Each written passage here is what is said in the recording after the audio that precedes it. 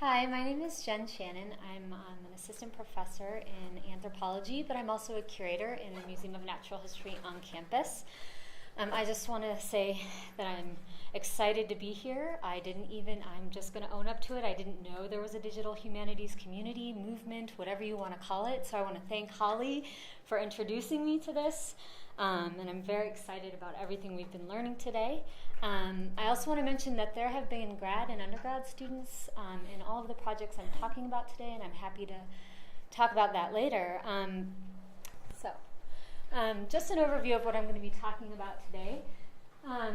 Basically, I'm going to present two main digital projects that I've worked on, and then talk about what some of our wishes are as provided guidance from our organizers about what would help us to continue and grow in this field.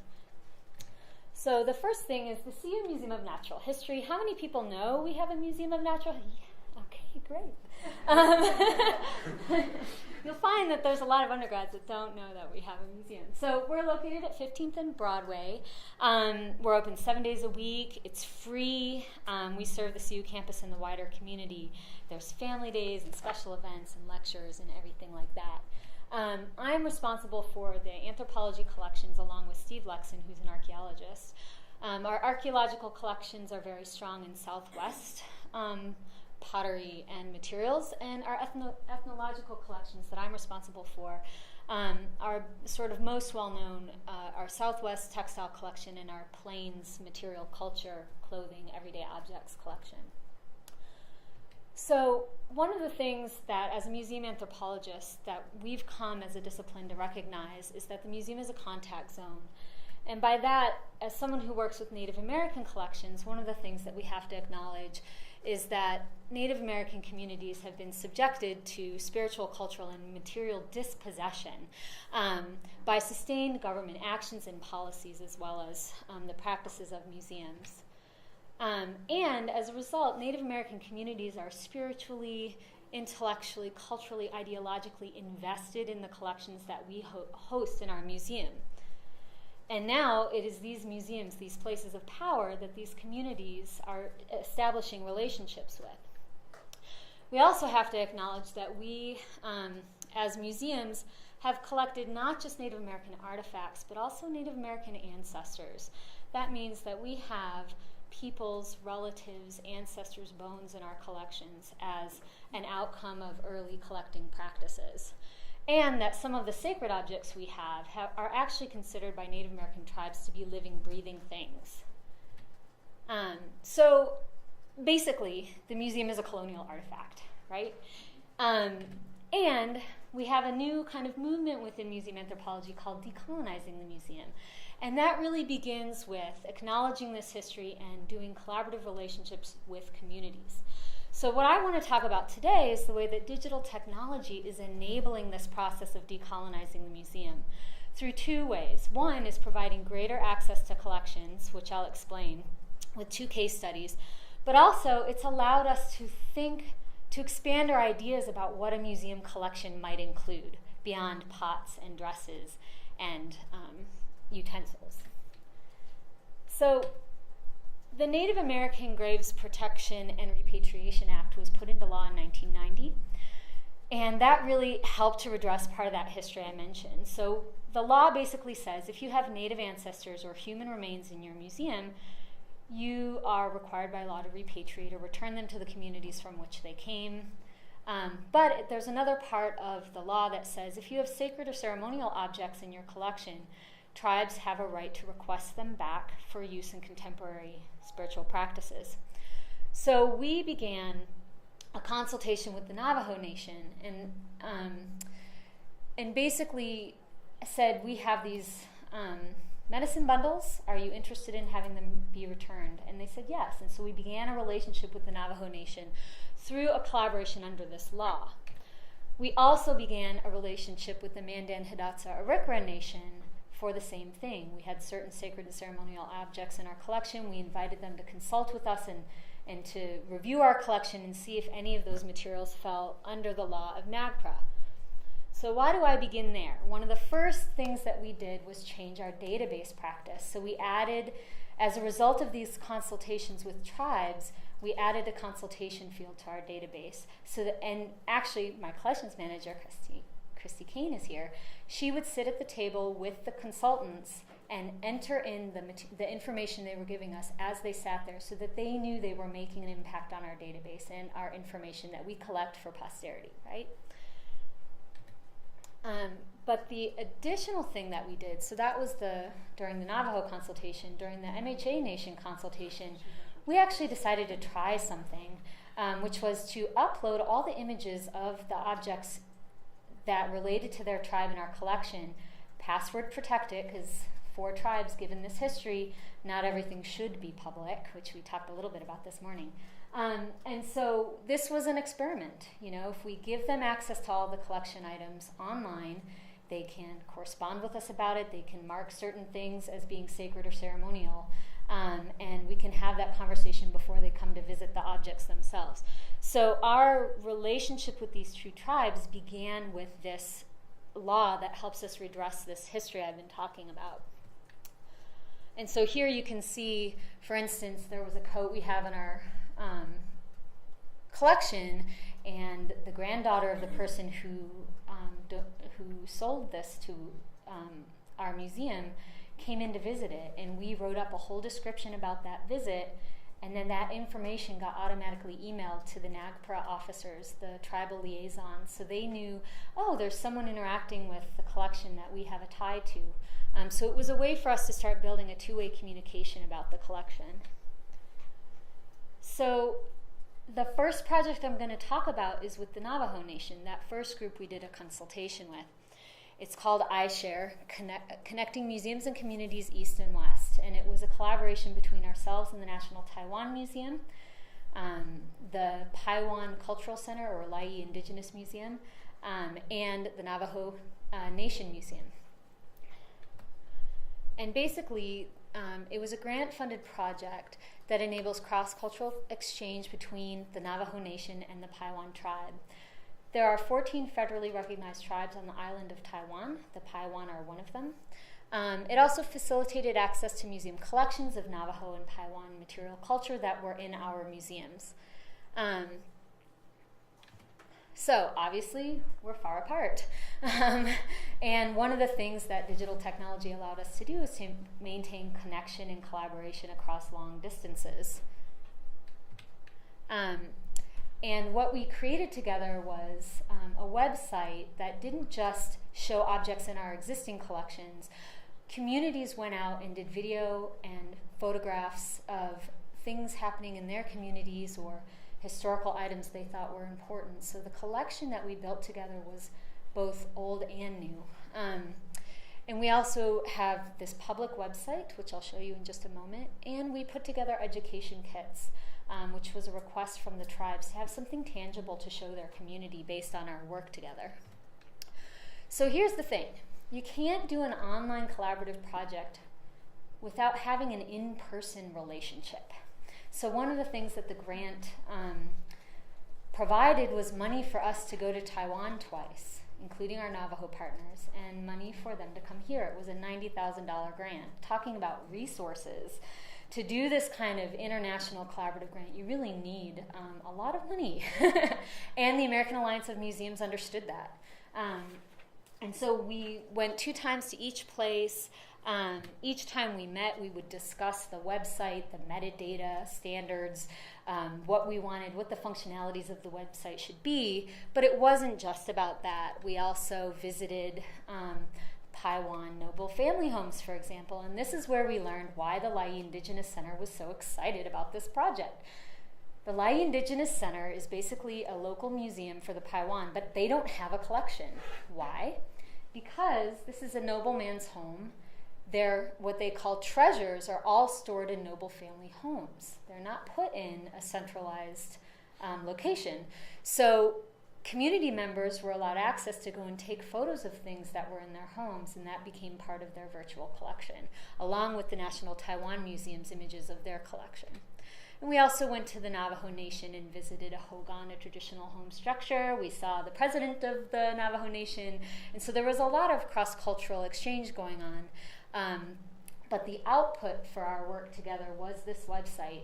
And basically, here's an example where the Navajo folks said, you have two of the oldest known sashes on record in your collection. We would love for you to upload those so we can see it and share it with our community. So we did, right? And then they started adding comments to give more background and information about the objects than our catalog provided based on old records. Other features of the website include an about page that gives a very detailed explanation about what we were doing together. We had a discussion section for logistics. We had a new translation feature where people could actually search. It was a Mandarin English bilingual website where people could go in and search for what hadn't been translated yet and then translate it. It's an amazing feature to the website. But also, when you added new objects or images up and you uploaded them, you had a button that you could choose whether it was appropriate for public viewing or not.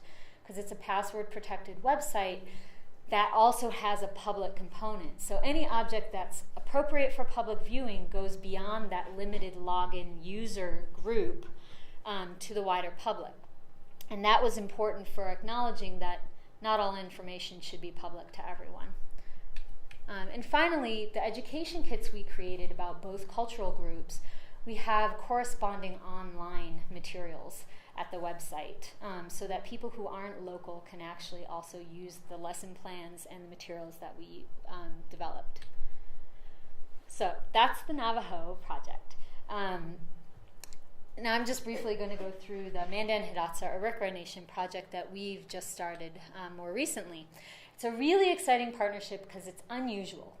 There's not only the museum that hosts this tribe's collection, there's the tribe itself. We're partnering with the Three Tribes Museum. But the donor family that donated this collection is part of our research collaboration. So the Mandan, Hidatsa, Arikara are three tribes that came together in the 19th century due to disease and warfare. And today they're located in North Dakota in the Fort Berthold Reservation. We have over 300 objects in our collection that were primarily donated by Reverend Harold Case.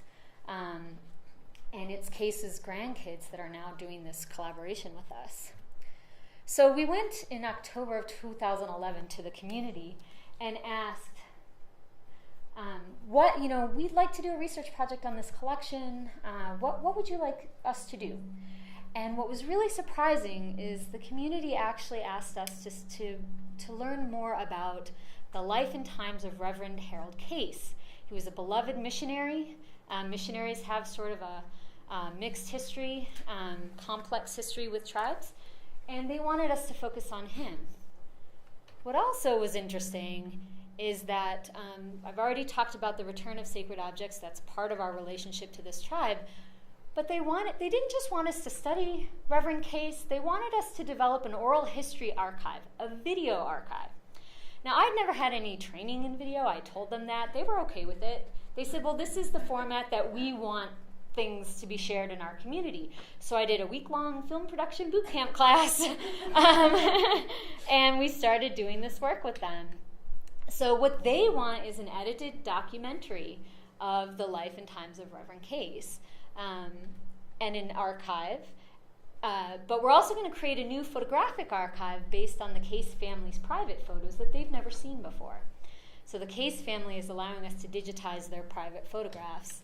And finally, we're going to do a co-curated exhibition that will travel to their museum and also ours as an outcome of our work together. So on the second visit, we went and we basically interviewed a lot of people about Reverend Harold Case, what they remembered of him. He was there in the 1950s when a very devastating event happened in their community, which was the river was flooded, the Missouri River was flooded, and all of their homes were abandoned and they were forced to move up to the bluffs. So you can imagine how disturbing this is within their community. So this is a view from the Ferris wheel of Elbow Woods, which was later inundated by this dam. And so this is the area today. But here's the thing that happened during these oral history interviews. We kept asking about Reverend Case, but something else kept coming up. So I'm sure you're well aware North Dakota is going through an oil boom right now. And what we're learning is that this process of dialogue with the community through this oral history video project is actually allowing people to connect these traumatic events in their history, the oil boom today and how that's disrupting their community, to the flooding in the past, all through the lens of this Reverend Case and his collection, and just the way that it's all come together. We're very excited about doing the documentary together. So right now, the last visit that we did was just this past May, and we basically did a community presentation of all of the video, clips of the videos that we'd selected so far, sharing some of the photographs that we'd seen from the Case family so far, and they're very excited about it, so the project is continuing. The other great thing is, remember that NAGPRA website that I showed you, where we were just allowing the NAGPRA liaisons to access the website? Our NAGPRA consultation with them is now over, and they've given us permission to share the website with the entire community. So now we have a simple login and password for anyone they forward this information onto, and people are now, writing comments, sending us information, and having access to a collection that many of them have never seen before. So moving forward, first of all, what we're learning is that communities want digital outputs.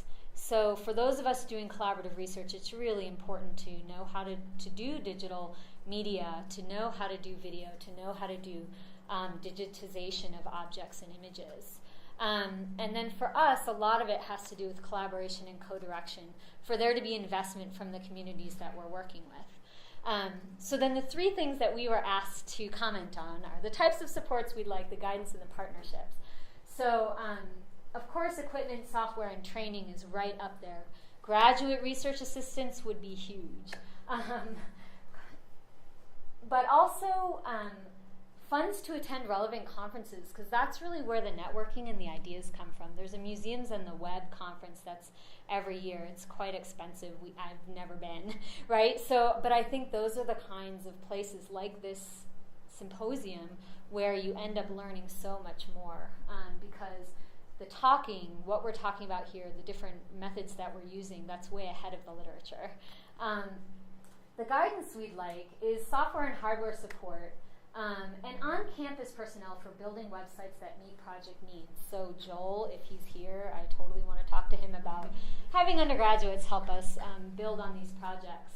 And finally, the partnerships we imagine are Atlas Film Studies, Computer Science, library staff, and students, but it would be really helpful to have a list of people with particular skills that have an interest in doing collaborative work.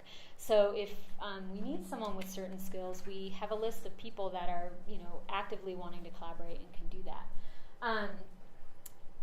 In fact, I just got a Europe grant for 2 undergrads, and we sent out, we need someone that does Adobe Premiere.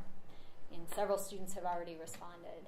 But ultimately what we really need for the museum is a digital asset management plan, and we don't have one. As a museum, we seek to preserve these materials for future generations, and it's not just that we're digitizing objects, but now we're doing born digital stuff like videos. And there's no standards yet for how to preserve video. So we're still waiting for that. So we need that for our photo archives, our oral history videos, and metadata for objects, one that utilizes standards of preservation, which are only just emerging, and how to organize those things so they're easily searchable and retrievable. Right now, we just signed up for research computing, so that we can store. So basically, every department in the museum right now is digitizing their collections: paleontology, zoology, entomology, and anthropology. We're all using different databases, we're all using different digitization methods, and our servers couldn't handle it anymore, so they've put us out to research computing. But we have stuff stored on hard drives and servers, and now research computing, and we need a way to standardize that so that nothing gets lost.